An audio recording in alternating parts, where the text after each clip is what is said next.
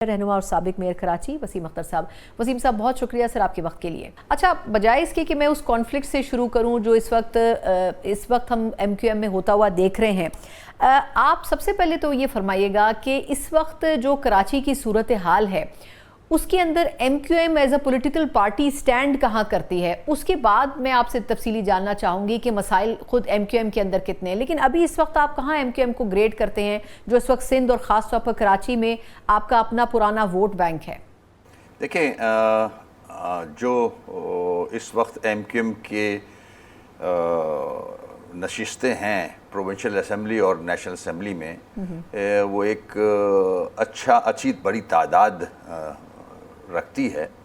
और मगर यहाँ तो हम एब्सोलूट मेजॉरिटी में भी रहे हैं बदकिस्मती से सिंध में, फिर भी आप अपना CM नहीं इलेक्ट करा सकते। तो मेरे ख्याल में नंबर्स अब मैटर करते नहीं हैं। सियासत इस नहज पे पहुँच गई है कि आपके अगर नंबर्स हैं और वहाँ कोई इश्यूज़ की बात भी करता है तो उसको रद्द कर दिया जाता है। आपके सामने मैं रखूँगा बल्दियाती निज़ाम। MQM वाहिद जमात है जो बल्दियात से उभरी है। पहला इलेक्शन MQM ने बल्दियात का लड़ा था। जमहूरियत की मॉन्टेसरी से MQM ऊपर आई थी। आज जो हाल है पूरी सियासत का, अगर मैं थर्ड टियर ऑफ गवर्नमेंट की बात करता हूँ तो कराची का हाल अगर किसी ने देखा है तो वो बखूबी पहचान जाएगा कि किस तरह से गवर्नेंस हो रही है। आप असेंबली में जितने भी नंबर्स हैं आपके, वो मैटर नहीं करते। आप अगर इश्यूज़ पे आवाज़ भी बुलंद करते हैं वो मैटर नहीं करते। आज NFC का जो हिस्सा मिलता है सिंध हुकूमत को, उसको देख लें। और जो डेवलपमेंट है पूरे सिंध में और स्पेशली कराची में जो हाल है, यकीन नहीं आता। आप लोग बाहर दूसरे शहर में बैठे, हम तो यहाँ रोज़ बाहर निकलते हैं तो ऐसा लगता है हम खंडरात में रह रहे हैं। उनको चाहिए कि मेयर को सपोर्ट करें। अच्छा वसीम भाई, मुझे इश्यूज हैं वो रिजॉल्व हो। वसीम भाई, मुझे थोड़ी सी एक और वजाहत आपसे चाहिए।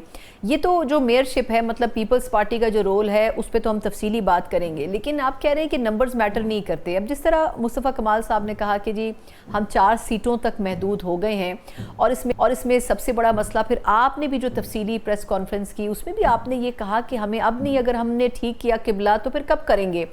तो मेरा क्वेश्चन ये है कि आपके ख्याल में बुनियादी लीडरशिप माइनस होने के बाद सिस्टम में रहना MQM की गलती थी, या आपको लगता है कि सिस्टम में रह तो गए लेकिन जिन लोगों को क़यादत मिली MQM की वो गलत फैसला था?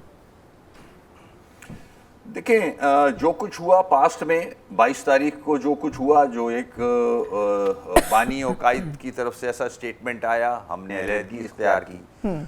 उसके बाद हम जो बचे थे लोग, हम चाहते थे कि MQM एक बड़ी जमात रही है। थर्ड बिगेस्ट पार्टी थी ये, थर्ड लार्जेस्ट पार्टी थी ये पाकिस्तान की। बगैर 9-0 के ना प्राइम मिनिस्टर बनता था ना प्रेसिडेंट बनता था इस मुल्क का सपोर्ट के। तो उसकी लेगेसी तो हमने रखनी है ना। अब उसके बाद हम जितने जिम्मेदार बचे थे हम लेके चल रहे थे पार्टी को।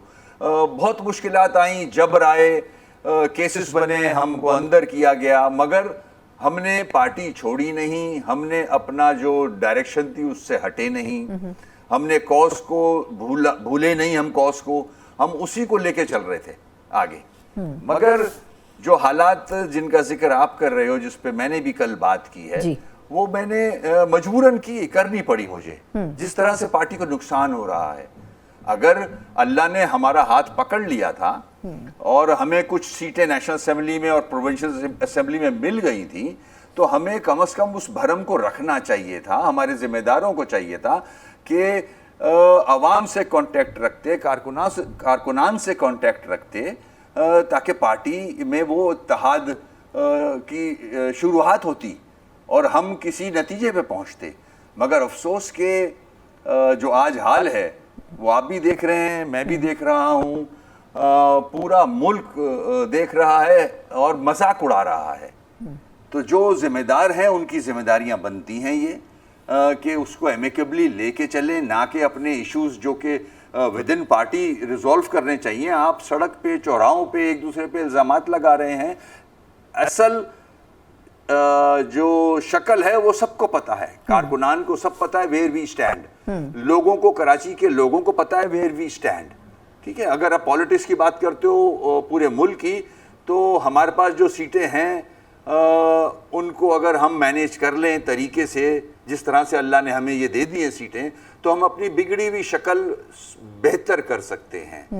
مگر ہم جس طرح سے دست و گریباں ہیں اس وقت اقتدار کی خاطر, پارٹی ود ان پارٹی کے اندر جو پوزیشنز ہیں ان کے لیے, تو یہ ایک بڑا گندا میسج جا رہا ہے نیچے کارکنان. دیکھیں اس میں شہادتیں انوالو ہیں, کارکنان جو ہیں کنفیوز ہیں, وہ امیدیں لگائے بیٹھے ہیں کہ اتنی بڑی جماعت جس پہ ہم نے قربانیاں دی, ہمارے یہ واحد جماعت ہے جس قربانیوں کے صلے میں ہمارا اپنا قبرستان بن چکا ہے, ایک شہیدوں کا قبرستان موجود ہے. تو اس اسٹرگل سے ہم تو پیچھے نہیں ہٹے, مگر جو یہ ایک لوگ بیٹھے ہیں اور وہ چاہتے ہیں کہ ایم کیو ایم آگے بڑھے, تو میں سمجھتا ہوں اس طرح نہیں بڑھ سکتی, اس طرح متحد نہیں ہو سکتی, اس طرح مضبوط نہیں ہو سکتی جس طرح سے ہم سب چاہ رہے ہیں کہ میں اقتدار میں آ جاؤں, میں لیڈ کر جاؤں پارٹی کو, میں اچھی پوزیشن پہ آ جاؤں. جب پارٹی مضبوط ہوگی تو اچھا لگے گا کسی پوزیشن پہ آنے کے لیے. اچھا وسیم بھائی, مجھے ایک اور چیز بھی